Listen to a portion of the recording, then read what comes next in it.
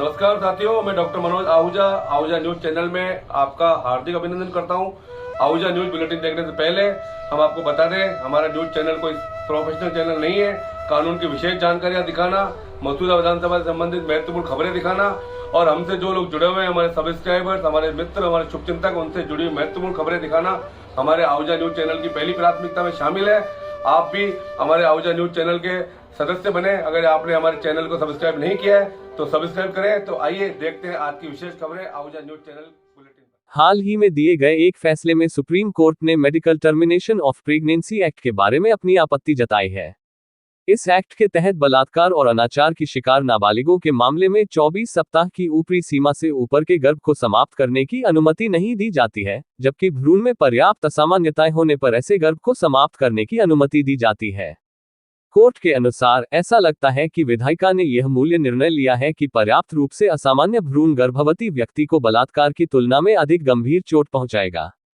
MTP act की धारा 3(2)(b) का हवाला देते हुए कोर्ट ने कहा, यह प्रावधान इस आधार पर संदिग्ध है कि यह किसी व्यक्ति की स्वायत्तता को अनुचित रूप से बदल देता है, क्योंकि यह किसी व्यक्ति के असामान्य भ्रूण को अनाचार या बलात्कार जैसे मामलों से अलग तरीके से वर्गीकृत करता है। इसमें यह भी कहा गया कि यदि आवश्यक हो तो इस मुद्दे की उचित कार्यवाही में जांच की जा सकती है। भारत के मुख्य न्यायाधीश डॉक्टर DY चंद्रचूड़ और जस्टिस JB पारदीवाला, मनोज मिश्रा की पीठ एक नाबालिग के मामले की सुनवाई कर रही थी, जिसने यौन उत्पीड़न के बाद गर्भावस्था को चिकित्सा रूप से समाप्त करने की मांग की थी। जब अपीलकर्ता नाबालिग लड़की की मां ने बॉम्बे हाई कोर्ट का रुख किया, तो मेडिकल बोर्ड ने गर्भपात से इनकार करते हुए एक राय दी, जिसमें कहा गया कि कोई जन्मजात असामान्यता का निदान नहीं किया गया था और भ्रूण की गर्भकालीन आयु 27-28 सप्ताह के बीच थी। हालांकि इस रिपोर्ट में नाबालिग लड़की के शारीरिक और मानसिक स्वास्थ्य पर गर्भावस्था के प्रभाव को दर्ज नहीं किया गया। शुरू में बॉम्बे हाई कोर्ट के आदेश को दरकिनार करते हुए शीर्ष अदालत ने नाबालिग लड़की को 30वें सप्ताह में होने के बावजूद गर्भावस्था की चिकित्सा समाप्ति की अनुमति दी।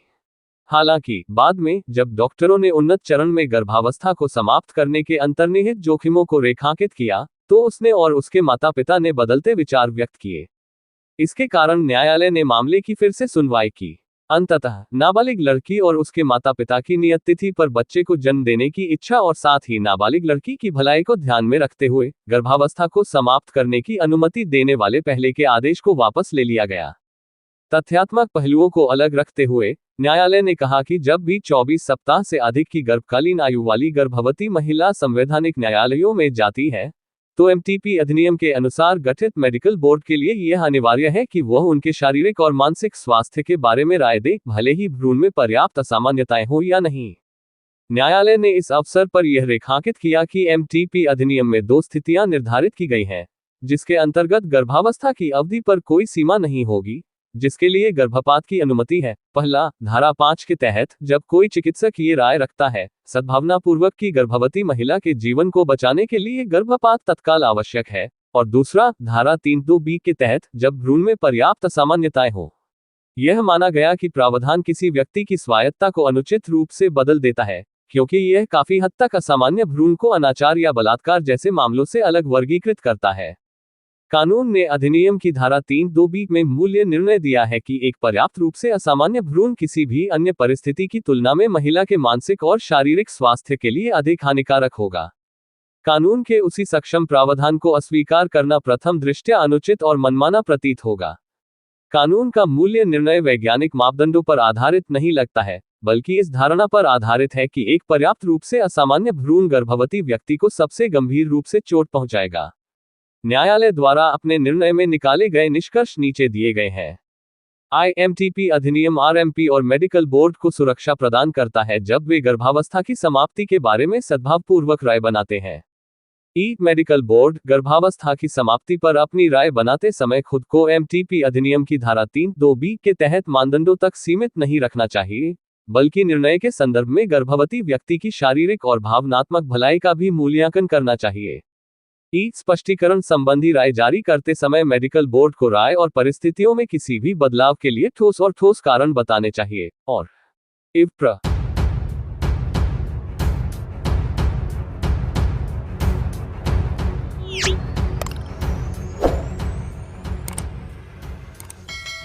सावर लायंस क्लब सावर एवं डीडी नेत्र फाउंडेशन कोटा के संयुक्त तत्वावधान में आयोजित शिविर का फॉलो कैंप संपन्न हुआ। लायंस क्लब सावर के अध्यक्ष लान रामेश्वर प्रसाद सुवालका ने बताया कि स्वर्गीय नंदलाल प्रजापति की पुण्य स्मृति में प्रजापति मिष्ठान भंडार सावर द्वारा आयोजित शिविर में 20 मई को कोटा में किए गए मरीज को रविवार को निर्मला कोठारी कॉलेज सावर में 21 मरीजों की जांच कर दवा प्रदान की गई। शिविर शुभारंभ के पूर्व गणेश जी की मूर्ति के सामने प्रांतीय सभापति लान एस एन न्याती, सचिव अशोक कुमार जैन, कोषाध्यक्ष अविनाश कोठारी, सर्विस चेयरपर्सन लान रामदेव प्रजापत, लान राजेंद्र प्रताप सिंह, डीडी नेत्र फाउंडेशन कोटा के डॉक्टर अर्चना ने दीप प्रज्वलित कर शुभारंभ किया। 21 मरीज के निःशुल्क चश्मा के नंबर 8 जून 2024 शनिवार को निकाले जाएंगे तथा जांच कर दवा प्रदान की जाएगी। कंपाउंडर प्रदीप, कैलाश चंद्र, तंजीम खान, प्रहलाद गुर्जर ने सराहनीय सहयोग दिया।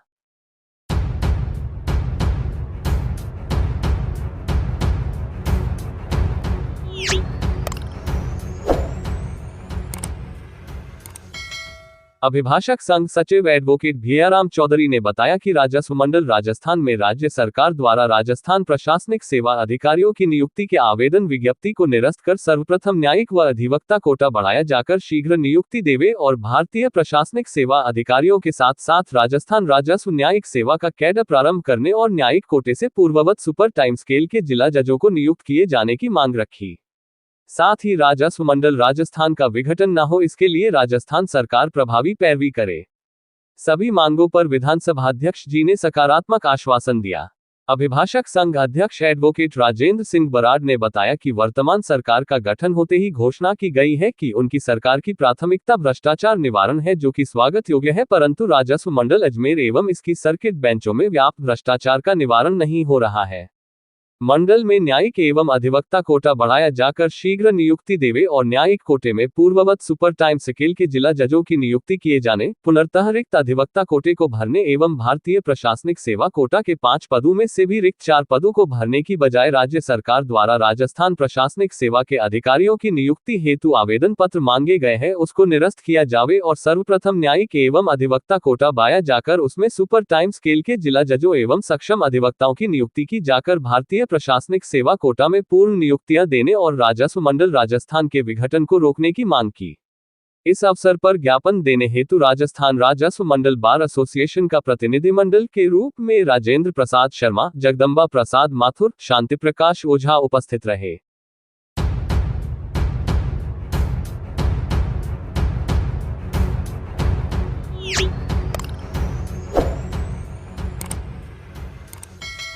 भारत विकास परिषद शाखा केकड़ी के द्वारा शहर के सापंदा रोड स्थित पटेल आदर्श विद्यालय में आयोजित 10 दिवसीय अभिरुचि शिविर बड़े ही उत्साह और उमंग के साथ अपनी चरम सीमा की ओर बढ़ रहा है।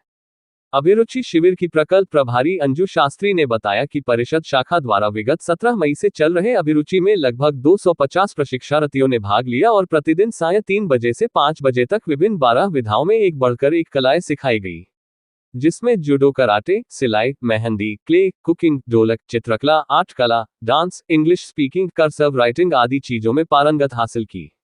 नन्हे मुन्ने बच्चों ने एक से बढ़कर एक चित्र बनाए तो बड़ी बालिकाओं ने पाक कलाओं में तरह तरह के व्यंजन बनाकर खिलाए। वहीं सिलाई में महिलाओं ने पैंट, शर्ट, फ्रॉक, ब्लाउज आदि सिलने की शिक्षा ली। काफी जनों ने ढोलक बजाना सीखा व नृत्य की जूनियर और सीनियर क्लास में नृत्य करना।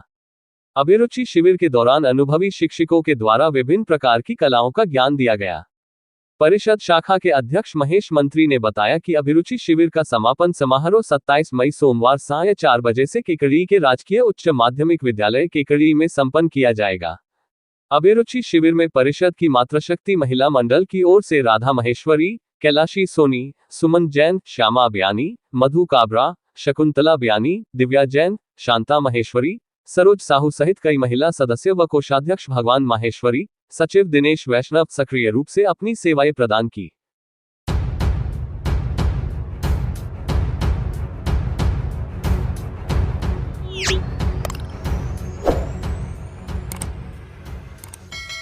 मगरा मेवाड़ विकास संस्था जवाजा की ओर से पंकज गोयल अहमदाबाद मूल निवासी ब्यावर के सौजन्य से राजकीय उच्च माध्यमिक विद्यालय जवाजा में जीनियस लाइफ चेंजर का प्रायोगिक कार्यक्रम रखा गया। ये कार्यक्रम के ब्यावर के जाने माने वरिष्ठ पत्रकार दैनिक निरंतर के संस्थापक एवं कवि राम प्रसाद कुमावत के मुख्य आतिथ्य में हुआ। कार्यक्रम अध्यक्षता मगरा मेवाड़ विकास संस्था के मुख्य कार्यक्रम प्रबंधक अरविंद अग्रवाल ने की। विद्यालय के शिविर प्रभारी सांवर मल सांखला और शंभू दयाल व्यास ने बताया कि कार्यक्रम के दौरान समारोह की मुख्य वक्ता एवं प्रशिक्षक डॉक्टर सोनिया सिंह ने मनुष्य के दिमाग के विभिन्न भागों की श्रव्य दृश्य उपकरणों की सहायता से जानकारी देते हुए प्रश्नोत्तरी के माध्यम से विद्यार्थियों को ये खुद ही मूल्यांकन करने का तरीका बताया कि उनके लिए सीखने का कौन सा तरीका उपयुक्त है, देखकर सीखना, सुनकर सीखना या लिखकर सीखना। अपने सीखने के कौशल को आगे बढ़ाने के लिए डॉक्टर सोनिया ने विद्यार्थियों को अनेक गतिविधियां भी बताई, जिनसे वे आसानी से और शीघ्रता से अधिक सीख सकें। कार्यक्रम के मुख्य अतिथि रामप्रसाद कुमावत ने अपने अनुभवों को साझा करते हुए विद्यार्थियों को इन सभी सीखने की विधियों को अपनी क्षमता के अनुसार जीवन में उतारने के लिए प्रेरित किया, जिनसे वे गुणवत्ता युक्त सफलता प्राप्त कर सकें। संस्था के मुख्य कार्यक्रम प्रबंधक अरविंद अग्रवाल ने बीती रे बाता ढल गई राता गीत सभी सहभागियों से करवाया। श्री अग्रवाल ने संस्था की ओर से चलाए जा रहे अन्य कार्यक्रमों, खासकर स्वर्गीय सत्यनारायण गोयल अपना घर के बारे में पूरी जानकारी दी।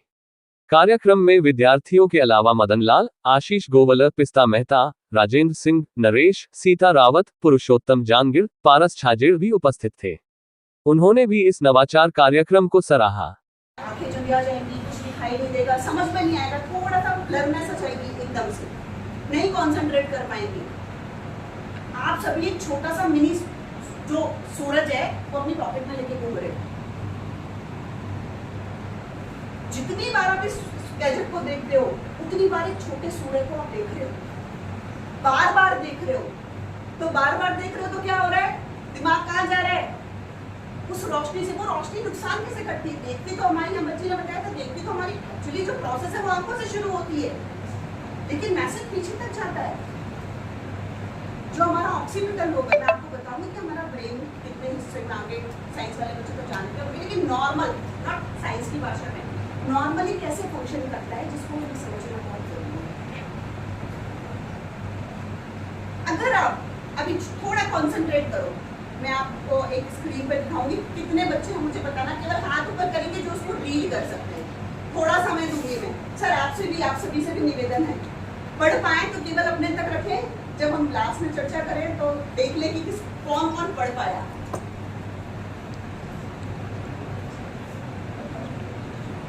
यहाँ से लेकर यहाँ तक कौन पढ़ सकता है? 7H15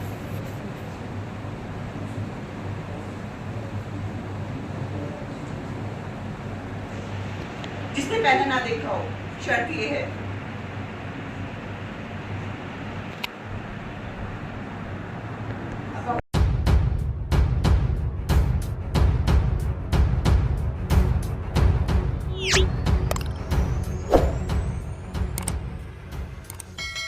अखिल भारतीय गुर्जर महासभा के तत्वावधान में भूना भाया घूघरा अजमेर स्थित गुर्जर छात्रावास में रविवार 26 मई को स्वाधीनता सेनानी विजय सिंह पथिक के जीवन पर विचार गोष्ठी आयोजित की गई। इस अवसर पर आयोजित विचार गोष्ठी को संबोधित करते हुए मुख्य वक्ता अखिल भारतीय गुर्जर महासभा के अध्यक्ष डॉक्टर यशवीर सिंह ने कहा कि पथिक ने सामंती ताकतों से टक्कर लेकर उन्हें पहली बार जनशक्ति का बोध कराया। उन्होंने क्रांतिकारी गतिविधियों में संलग्न होकर आजादी के लिए संघर्ष किया। डॉक्टर यशवीर ने पथिक को रियासती जनता का पहला सिपहसालार बताया। उन्होंने आगामी 27 फरवरी 2025 को पथिक जी की 143वीं जन्म जयंती को अजमेर गुर्जर समाज द्वारा भव्य रूप से मनाने एवं प्रदेश के गुर्जर समाज के लोग अधिक से अधिक संख्या में शामिल होकर पथिक जयंती को भव्य रूप देने एवं इसी दिन गुर्जर छात्रावास का शिलान्यास करने का आह्वान किया। इस अवसर पर अखिल भारतीय गुर्जर महासभा के अध्यक्ष डॉक्टर यशवीर सिंह ने गुर्जर छात्रावास में कक्ष निर्माण की घोषणा भी की, जिसका शिलान्यास आगामी पथिक जयंती पर किया जाएगा। 28 मई 2024 को बिजौलिया में आयोजित पथिक जी की 70वीं पुण्यतिथि को भव्य रूप देने हेतु पुरुषोत्तम फागना प्रदेशाध्यक्ष अखिल भारतीय गुर्जर महासभा 27 मई को बिजौलिया पहुंच जाएंगे। अजमेर जिले से भी समाज के लोग पुष्पांजलि श्रद्धांजलि अर्पित करने हेतु बिजौलिया जाएंगे। अखिल भारतीय गुर्जर महासभा के राष्ट्रीय सचिव एवं सेवानिवृत्त अतिरिक्त जिला कलेक्टर श्री रामसुख गुर्जर मसूदा ने कहा कि बिजौलिया किसान आंदोलन के माध्यम से पथिक ने किसानों की प्रमुख समस्याओं का निराकरण किया तथा किसानों की आवाज को देश भर में बुलंद की। लोकतंत्रीय राजस्थान की नींव में विजय सिंह पथिक का महत्वपूर्ण योगदान था। पथिक जी ने पत्रकारिता के माध्यम से जनता की आवाज को बुलंदगी प्रदान की। पथिक को देशभक्ति का जज्बा अपने दादा और पिता से मिला। अंग्रेजों एवं सामंतवाद के खिलाफ बुलंदगी से आवाज उठाए। पथिक का परिवार 1857 की क्रांति से लेकर आजादी तक देश की सेवा में लगा रहा। अखिल भारतीय गुर्जर महासभा के प्रदेश उपाध्यक्ष अधिवक्ता श्री हरिसिंह गुर्जर ने बताया कि कार्यक्रम की शुरुआत उनकी प्रतिमा पर माल्यार्पण कर की। श्री हरिसिंह गुर्जर ने भी पथिक जी की जीवनी पर प्रकाश डालते हुए कहा कि विजय सिंह पथिक की जीवन शैली, उनका व्यक्तित्व एवं कृतित्व सभी के लिए प्रेरणादायी है। इसके बाद ग्राम पंचायत गोला के सरपंच हरचंद हाकला ने भी पथिक जी जीवनी पर प्रकाश डाला। देवसेना सचिव श्री भोमराज गुर्जर ने कहा कि राष्ट्र की आजादी में तथा बिजोलिया के किसान सत्याग्रह में विजय सिंह पथिक का महत्वपूर्ण योगदान रहा है। इस अवसर पर देवकरण सरपंच घूघरा, जिला परिषद सदस्य श्रीलाल गुर्जर रामकरण, उप सरपंच महादेव अर्जुन, कानाराम नारायण गांगल, भंवरपंच बाबू खटाना एवं समाज के लगभग 200 गणमान्य लोग विचार गोष्ठी में उपस्थित रहे।